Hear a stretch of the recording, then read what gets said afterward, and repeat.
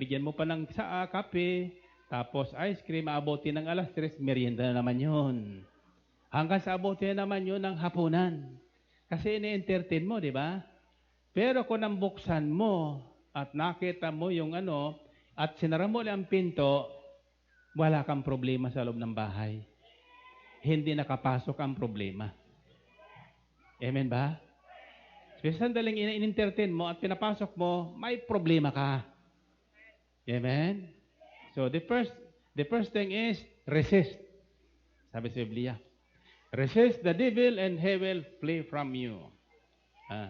Huwag natin tanggapin. Kadalasan sinasabihin, ikaw ay 30 araw na lang mamatay ka na. Sabi ng iba, 3 araw na lang. Lunes, Martes, Webes, ilan na kayong araw dyan. Nagbibilang ng araw, so nanghihina ang tulog. Pag 30 araw, patay. See, hinintay yun eh. Pero pag pinaglabanan mo, hindi pa ako mamatay. Diba? Bakit? Meron kong Diyos na nagbibigay buhay. Amen? Purihin natin, Panginoon. Purihin ang Diyos. Sabi ni ba, nakikinig ba yan? Madaling sabihin yun. Mahirap gawin. Nako, sister. Ganyan din ako noon. Akala ko madaling sabihin. Pero pag ikaw talaga ay nanalig at nanampalataya at ipinagkatiwala mo ang buhay mo kay Kristo, maniwala kayo, chicken feed lahat yan. Purihin natin, Panginoon. Purihin ng Diyos. Okay. So, when temptation comes, remember that is common to all. You are not exempted. The more you desire to be holy, the more temptations, trials, and persecutions will come to you. Okay? So what do? Okay. Pagdating mga bagay na ganyan, remember the Word of God. Ano sinasabi sa Romans 8:28? And we know that in all things God works for the good of those who love Him, who have been called according to His purpose. At alam natin, sa lahat ng bagay, ang Diyos ay gumagawang kasama. Hindi tayo nag-iisa. Ang Diyos ay gumagawang kasama ang managmamahal sa Kanya. Amen? So, ang Diyos ay hindi gagawin ng masama. Lahat mabuti ang Kanyang gagawin. Sa atin, ikabubuti. Kaya dumating yung pagsubok na yon, dumating ang toksong yon, para patatagin ang inyong pananalig at pananampalataya. Amen?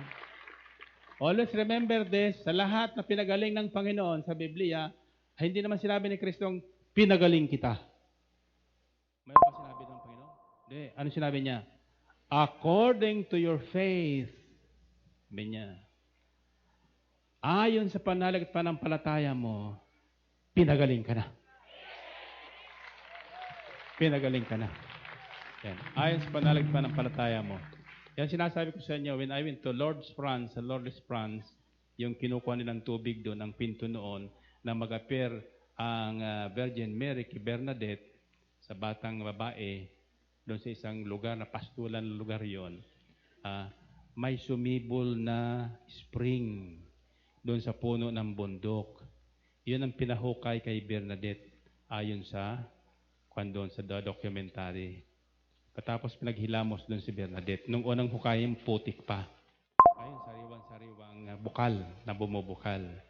Ngayon, pero sabi doon sa testimony, maraming gumagaling doon, hindi dahil sa tubig, kundi dahil sa kanilang pananalig at pananampalataya sa Panginoon. Amen? Kinasangkapan lang ang tubig. Sabi sa 1 Corinthians chapter 1 verses 27 and following, but God chose the foolish things of this world to shame the wise. He chose the weak things of this world to shame the strong. Pinipili niya ang mga bagay na walang kwinta, walang halaga, walang kabuhay-buhay para hiyain ang magagaling. Hiyain ang matatalino. Hiyain ang malalakas. Yung matatalino, hindi kasi maintindihan na matatalino yung kilos ng Diyos eh. Ginagamit yung kanilang talino eh. Sinusupil ng Diyos ang talino ng tao. He uses the despised things, yung mga tinanggi na. Mga bagay na walang kwenta, sinisipa-sipa lang. Huwag ka. Kahit batong maliit yan na sinisipa-sipa mo, pag ginamit niyan Diyos sa'yo, magugulat ka. Yung sakit na hindi mapagaling ng doktor, napagaling ng pananalig mo sa maliit na bato na ginamit ng Panginoon. Amen ba? So remember, ang Diyos ay kasama natin na gumagawa sa ikabubuti natin. Now, I'll give you an example, a clear example sa Biblia. Natatandaan niyo si Joseph Estrada, si Joseph na the dreamer. Iyan ang panaginipin. Diba? Dahil sa kanya mapanaginip, nakita niyo yung kinabukasan niya. Pinakita sa niya ang Panginoon. Pinaliwanag naman sa mga kapatid niya. Mga kapatid, maiinggit. Inggitin talaga ang taong mundo. So, inggit na inggit kasi mahal na mahal naman si Joseph ng kanyang tatay. Pinagawa na yung special na damit. Yun na damit na parang Christmas wrapper. Yun nakikita niyo sa akin ng unang damit noon. Na mga printed. Ganyan pala doon. Multicolored suit ang special na damit na binigay kay Joseph. Bilang tandaan ng higit na mahal ng tatay niya, si Joseph. Ayan. Diba? Ngayon, dahil sa damit noon, pinag-inggitan siya nung kanya mga kapatid. Kaya binalakan siyang patayin. Pero yung taong kasama ang Diyos, hindi mo basta-basta mapapatay. Amen? Mas ganun balak mo. Sa ano nangyari? Ginawa nila, hinulog nila sa bangin, sa malalim na balon.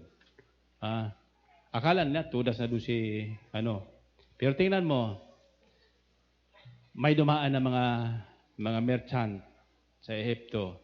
So, pumasok sa isip ng isa. Sabi niya, huwag natin patayin kapatid natin. Magiging criminal pa tayo. Ibinta na natin bilang alipin sa Ehipto. Magkakapira pa tayo. So, pinagkapirahan pa ng mga kapatid si Joseph. Tapos, binalita doon sa tatay nila, kinain na ng leon at mga oso. Kasi yung kanyang damit ni Joseph, ikinando sa dugo ng mga tupa na kanilang pinatay. So anyway, to cut my story short, naging alipin si Joseph doon hanggang sa nakulong si Joseph sa Ehipto.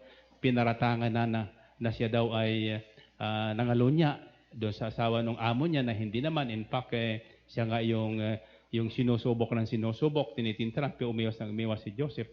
Hindi kasi makumbinsi ng demonyo yung taong kasama ang Diyos.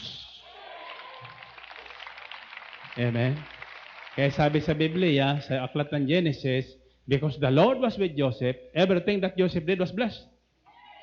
Sapagkat sumasa kanya ang Diyos, lahat na gawin ni Jose nung siya alipin na pinagpapala ng Diyos. Yung tinitirhan niya, pinagpapala ng Diyos. Yung mga tao nakikinig sa kanya, pinagpapala ng Diyos. Amen? Kaya kayong lahat, pagpapalain ng Diyos. Amen? Yung nakikinig, ay pero inaantok na. Para papalain niya, di ba? Yung nakikinig, hindi yung kumakain, hindi nakikipagkwentuhan. Yung nakikinig, pagpapalain yon. Ito na, nangyari na. Di ano nangyari? Pinagpala na si Joseph, yung kanyang panaganip, naging totoo, naging pinakamataas na siya doon na pinuno sa bayan ng Ehipto. Siyang may control ng pagkain during the famine period. Yung kanyang mga kapatid pumunta doon para manghingi ng pagkain, hindi siya nakilala. Nung mamatay na yung kanilang tatay at nagpakilala na si Joseph, natakot yung mga kapatid. Sabi ng mga kapatid, nako, tiyak paghihigantihan tayo nitong kapatid nating ito sa ating ginawa sa kanya. Basahin natin ang Biblia. Genesis chapter 50 verses 18 to 21 says, His brothers then came and threw themselves down before him. We are your slaves, they said. But Joseph said to them, Don't be afraid. Am I in the place of God? You intended to harm me, but God intended it for good, to accomplish what is now being done, the saving of many lives. So then, don't be afraid. I will provide for you and your children. Purihin natin, Panginoon. Purihin ng Diyos. So, nangangatog na lumuhod at yumuko sa harapan ni Joseph ang kanyang mga kapatid. At iyon ang katotohanan ng katuparan ng kanyang panaginip. Nang kinintusan yung mabata pa sila na sila ay yuyuko sa harapan niya pagdating ng panahon. Kaya nagalit kayo mga kapatid, sabi niya, sino ka? Pati tatay natin, nanay, magyuyuko sa'yo. Ano ka, sinuswerte? Ayan. Pero sapagat yung kahulugan ng kanyang panaginip, nagkatotoo na nga. So takot na takot sila, sabi, gagantihan sila ni Joseph. Pero ginantihan ba sila ni Joseph? At ito ang sinabi ni Joseph, huwag kayo sa aking matakot sapagkat masama man ang binalak nyo sa akin, pinayagan naman ng Diyos at ginamit niya sa ikabubuti natin lahat. Amen. Sa kaliligtas ng marami. Kasi kung hindi si Joseph napunta doon sa Ehipto, pagdating nung ani, walang nag-ipon siguro, walang kaisip noon. Hindi alam din na darating din yung 7 taon ng tagtuyot, taggutom. Si Joseph lang nakakaalam noon. So si Joseph ang namahala ng lahat ng pagkain during the 7 years of famine. So sa halip na magalit si Joseph sa ginawa ng kanyang mga kapatid, nagpasalamat siya. Kung hindi sa ginawa ng kanyang mga kapatid, hindi siya magkaganon.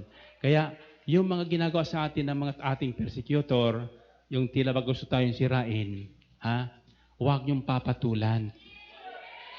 Pasalamatan niyo. Amen. Sapagkat wala naman nalilingid sa Diyos eh. Alam ng Diyos kung anong mangyayari. Gagamitin niya yon sa kabubuti ng marami. Purihin natin ang Panginoon. Purihin ng Diyos. Glory to God, glory to Christ. In our case, for example, kung ako noon ay lumanan ng laban, nakipagdemandahan dahil sa paninirampuri nila, baka sarado ng gawain na ito. Ay hindi. Sa halip noon, kumalat sa buong mundo ang gawaing ito at marami ang naliligtas dahil sa mabuting balita ni Kristo na patuloy nating ipinapahayag. Third, realize or study the pattern of temptations, trials, and persecutions. Okay, madalas yan darating sa buhay nyo. Pag madalas dumarating sa buhay nyo ang tukso, ang paghamon, persecutions, panlalait, kung ano-anong pagsubok na dumating sa buhay nyo, suriin nyo ang pattern. Ano ba ibig sabihin ng pattern? Kumbaga, yung sistema. Sistema. Paulit-ulit lang yan eh. Diba? Bakit ito paulit-ulit itong pang-iinis na ito sa akin? Halimbawa, bakit kaya? Ito yun. Mark chapter 7 verse 21-23 says, For from within, out of men's hearts, come evil thoughts, sexual immorality, theft, murder, adultery, greed, malice, deceit, lewdness, envy, slander, arrogance, and folly. All these evils come from inside and make a man unclean. Sapagkat sa loob, sa puso ng tao, nagmumula ang masasamang isipang nag-uudyok sa kanya na makiapid, magnakaw, pumatay, mangalunya, mag-imbot at gumawa ng lahat ng kabuktutan, tulad ng pandaraya, kahalayan, pagkainggit, paninirampuri, kapalaluan at kahangalan. Ang lahat ng ito ay nanggagaling sa puso ng tao at siyang nagpaparumi sa kanya. Okay.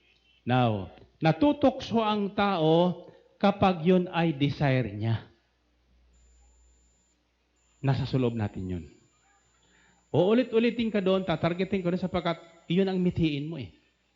For example, mithiin mong payaman, aalokin ka ng aalokin ng madali ang kita. Malaking kita. Papasok ka naman kaagad sapagkat biglang yaman, biglang kita. Bakit? Kanadala. Kasi desire mo yun eh, na yumaman ng walang paghihirap. Magpatubo ka na lang magpatubo. Amen ba? Kumita ka ng kumita doon sa biglang kita. Sapagkat doon kayo susubukin ng subukin sapagkat nakikita yung desire nyo sa loob. Ngayon, pag paulit-ulit na yon, suriin mo ang sarili mo. Mayroon ka noon. Kailangan mapalitan yon ng bunga ng Espiritu Santo. Amen? Now, what do you do kung yun ay paulit-ulit? This is the fourth step you should do. Pray and confess your evil desires to God. Basahin yung Biblia, Galatians chapter 5, verse 19, pabalik sa inyo. Hindi maikakaila ang pita ng laman. Nasa loob ng tao yon. Kaya ikaw inuulit pa ulit-ulit dumarating sapagkat yun ang ibig mo na mangyari sa iyo. So aalokin ka ng aalokin ng demonyo sa kanyang pamamaraan. Now, the first thing you should do is pray and confess to God. Ito po ang aking kalagayan. Ito ang aking hangarin na hindi nararapat. No? Hindi naman lahat na hangarin, desire ng tao masama. No? Pero mayroon talagang masama. Hebrews chapter 4 verse 16 says, "Let us then approach to the throne of grace with confidence so that we may receive mercy and find grace to help us in our time of need." Kaya't huwag na tayong mag-atubiling lumapit sa trono ng mahabaging Diyos at dooy kakamtan natin ang habag at kalinga sa panahong kailangan natin ito. So every time na paulit-ulit itong ganitong mga sitwasyon, suriin na natin ating sarili pagkatapos manalangin tayo. Go to confession. Ihayag nyo yung talaga naghahari sa puso nyo. Kung naghahari sa inyo, puso ay inggit, galit. Sabi sa Galatians chapter 5, verse 19, in following, it says, "The acts of the sinful nature are obvious." 1, sexual immorality. Pag mayroon ka noon, tutuksin ka ng tutuksin sa parting yan. May asawa ka na, aakitin ka pa. Diba? So, para hindi matokso, lumayo sa tukso. Purihin natin ang Panginoon. Purihin ang Diyos. Psalm chapter 50 verse 15 says, "Call upon me in the day of trouble, and I will deliver you, and you will honor me." Sabi ng Panginoon. So our weapon first is prayer. No? Go to God in prayer. Confess your faults. Confess your weakness. Ihag mo sa Panginoon ang weakness mo. Panginoon, weakness ko talaga si Brother Mike.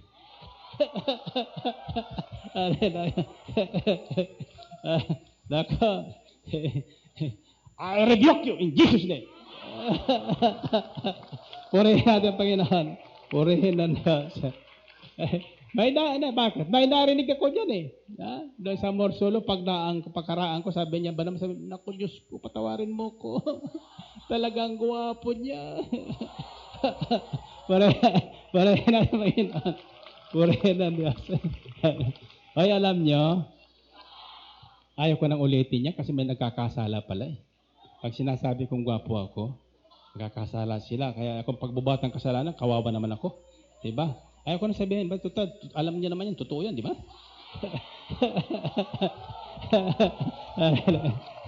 Pero pag sinasabi ko, mayroon pinagpapala dyan. Amen. Mayroon ako nabasang prayer request. Sabi niya, "Dear Lord, kung ilang ulit sasabihin na Brother Mike na gwapo siya, iyon ang pagpapala ko." Ayan. Di ba? Ay nangyari, nakalimutan ko. May isa man na prayer request. Ganito lang, ang mga weird na mga prayer request niya. Sabi na, "Lord, pag ang damit ni Brother maging Sabado pula, prayer request number 1, sagot ako. Pag naman na blue, yung prayer request number 2. Pag naman na niya yellow, yung prayer request number 3. Pag naman niya, pink, i-prayer request number 4. Ay lumabas ko, wala yung kulay doon. Ni isa walang lumabas sa kulay. Sabi niya, answered prayer lahat ako. Wala na Panginoon. Wala na yun. Hallelujah.